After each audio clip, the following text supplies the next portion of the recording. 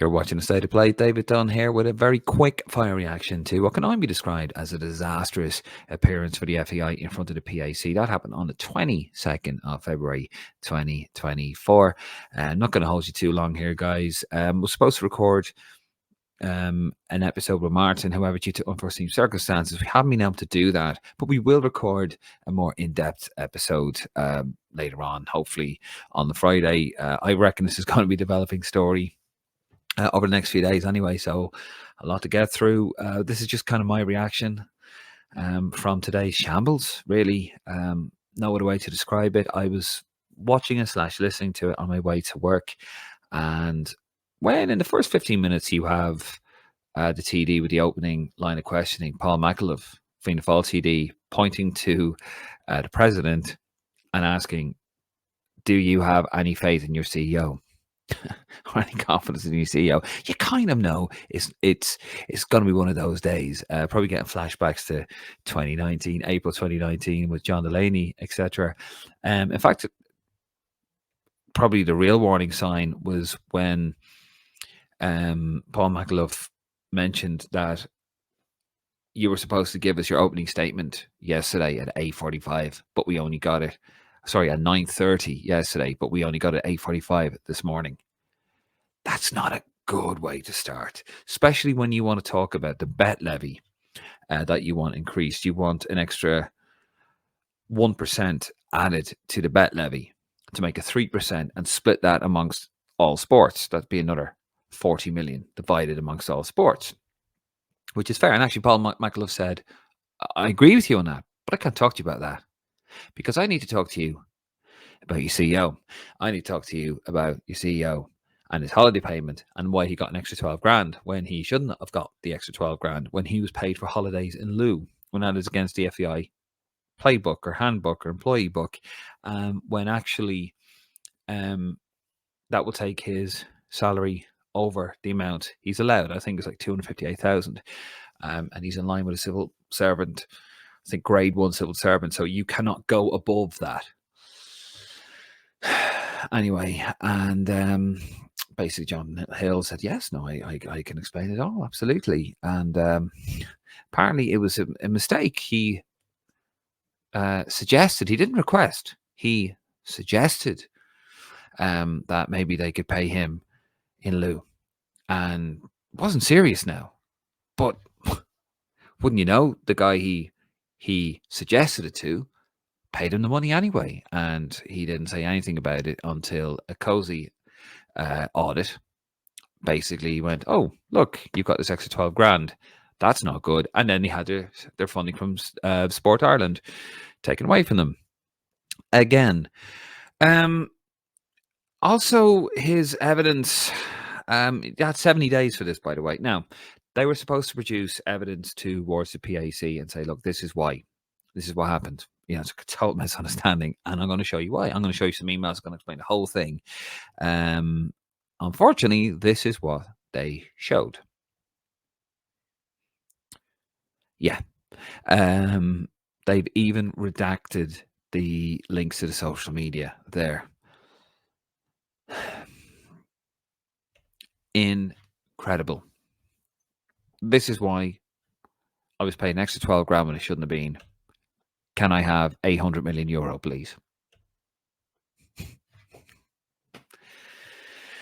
And yeah, that didn't go down too well. So basically, as Paul McAuliffe said, you are in already a suspicious position. That's what he said. And you can't blame him. It was just a complete disaster. They were there to talk about the betting levy, but they never even got to that because it was just the CEO, everybody in the FAI, Sports Ireland, getting absolutely smashed by the PAC the whole day. They tore into them. It was depressing. It was maddening. And the FAI are basically an association who have zero credibility. They're in the minus, actually, in terms of credibility over the shenanigans of the other fella that was in charge a few years ago.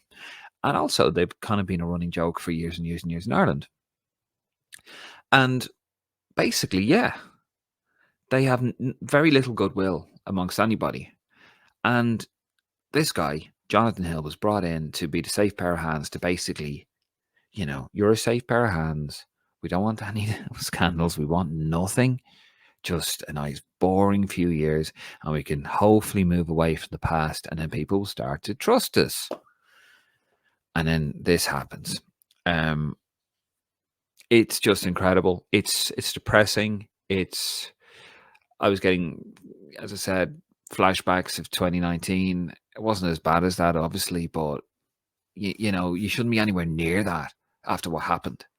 Where John Delaney basically came out with a solicitor's letter saying, I do not have to answer anything. There you go. Jonathan Hill was answering questions, but already you are viewed through a suspicious eye from these guys. In 2018, Shane Ross, Minister of Sport at the time, was on Off the Ball, and he was asked about John Delaney. There was protests. I think there was a protest in Aarhus in Denmark and all this kind of thing, and there was quash protests, and there was a lot of people weren't happy, the League of Ireland, etc. And Shane Ross came out and said, oh no, I think he's I haven't heard a bad thing about John Delaney. Well, everything's grand. Hadn't a clue. Hadn't a breeze. And then 2019 March, Patrick's weekend, Mark Tybee blew the whole thing open, and basically they were made to look stupid, totally asleep at the wheel.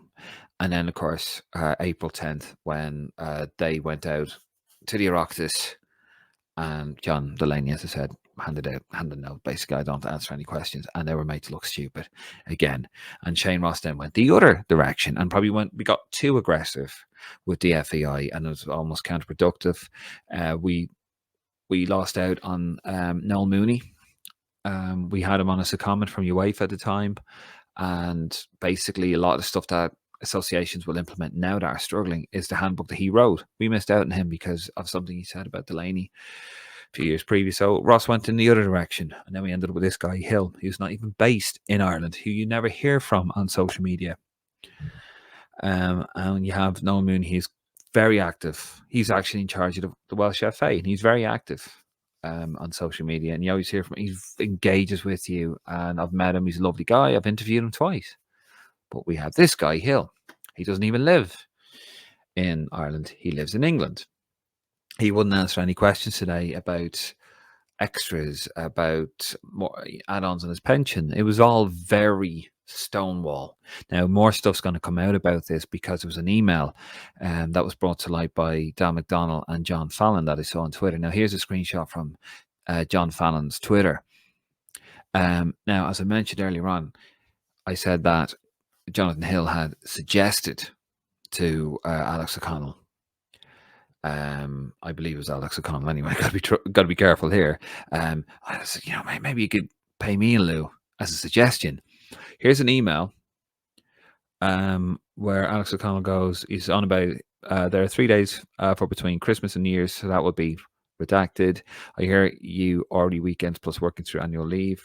I think we're looking to try and pay them as, in brackets, as per your request. However, would go through Roy Barrett, the former president, for approval, the IFA. So let me know if that's okay with you. And Jonathan Hill responds, perfect. Now, that wasn't mentioned in the PAC today because, with all fairness to the PAC, they had all this stuff. They were up till midnight, apparently, redacting all this, getting legal advice, and they presented everything last minute, redacted. So I'd imagine we are going to hear more from this. It's a complete shambles. As I said, they were there to also talk about getting more money through the bet levy. That never happened because here we are back to square one again. And I just want to say this, there's a lot of good work that's done in the FAI. There's a lot of good people there, and it's unfair to them. And they must be banging their heads against the wall because all that good progress, and they have made progress. They are a much better organization than they were back in 2019. Let's not beat around the bush here. Let's not kid ourselves. They are much better, but they're nowhere near what they should be. And if football in this country was run properly, in Ireland was run properly, it would be absolutely unstoppable. Sorry, that's My rabbit. Given out in the back. Football would be absolutely unstoppable in Ireland, but it hasn't been run properly. It's not being run properly. It's not firing on all cylinders. This was an opportunity to correct that, to regain that trust. Say, yeah, we got it wrong, but for whatever reason, legal reasons, they've shown redacted emails, more suspicion, more second guessing. It's just the same nonsense, and now we're going to be another joke. This is what you present. This is going to be a joke. This is going to be a joke around the ages. You're going to probably have T-shirts made of that. It's just incredible. It's dreadful for me as a football fan. It's dreadful for you as a football fan, as I'm sure you're watching it. And it's just it's like 2 steps forward, 20 steps back with this lot. I got a little bit of stick because I was all about giving the FAI another chance. Let them rebuild, let them build, I suppose. I had friends telling me, no, shut it down. It should have been shut down. And I'm beginning to think they were right. Shut it down, start again. Let the thing go bust, and then start again from the ground up. A few people now coming out and saying that. I don't know. It's just very depressing. We all love the Irish football team through thick and thin, and it's been very thin lately, and it's probably going to be thin for the next while. But this is just a complete mess. I mean, another one that's come out, apparently £1 million from the COVID money was used on the debt, the Aviva debt. You're not allowed to do that. It's not allowed. It's not allowed. That money I'd imagine the money has to be paid back. Here, we didn't need this £1 million. Here, have it back. I don't know. It's just depressing. Anyway, listen, I'm going to leave it there.